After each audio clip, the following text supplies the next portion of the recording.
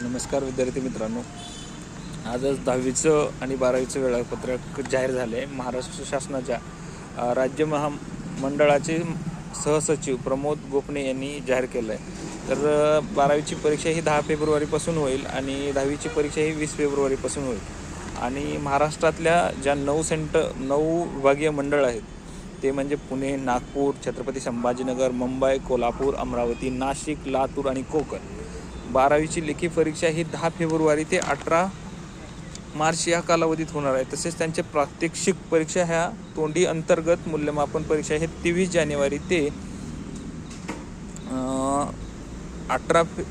9 फेब्रुवारीपर्यंत या कालावधीत होतील. आणि 10वीची लेखी परीक्षा ही 20 फेब्रुवारी ते 18 मार्च या दरम्यान आहे. म्हणजे दोन्ही परीक्षा एकंदरीत एकाच दिवशी संपतील. त्यांच्या अंतर्गत मूल्यमापन म्हणजे प्रॅक्टिकल एक्झाम जे आहेत ते 2 फेब्रुवारी ते 18 फेब्रुवारी या कालावधीत होतील.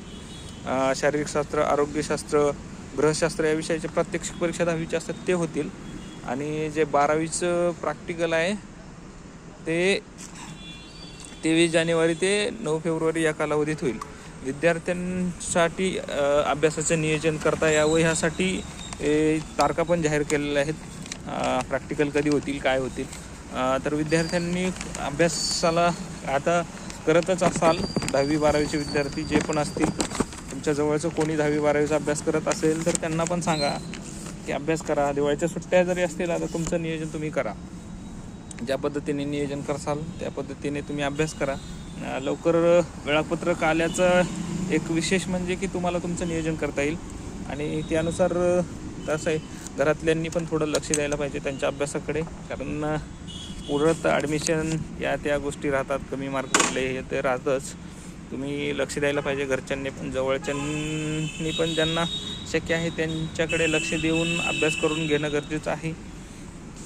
10वीच्या विद्यार्थ्यांना पण सांगणं आहे की तुम्ही अभ्यास चांगला करा, नियोजन करा. थोडं बाकीच्या गोष्टीकडे लक्ष कमी द्या, मोबाईल कमी बघा. सराव परीक्षांचा अभ्यास करा, सराव प्रश्नपत्रिका सॉल्व करा, जेणेकरून तुम्हाला ते पुढं अवघड जाणार नाही. 10वीच्या विद्यार्थ्यांना भरपूर सराव परीक्षा घेतल्या असतात. दिवाळीनंतर पण होतात त्या. तर 10वीच्या विद्यार्थ्यांना पण ऑल द बेस्ट आणि 12वीच्या विद्यार्थ्यांना पण ऑल द बेस्ट. सायन्सच्या विद्यार्थ्यांनी जरा जास्तीचा अभ्यास करावा लागेल त्यांना. फिजिक्सचा अभ्यास चांगला करा, केमिस्ट्रीचा पण करा.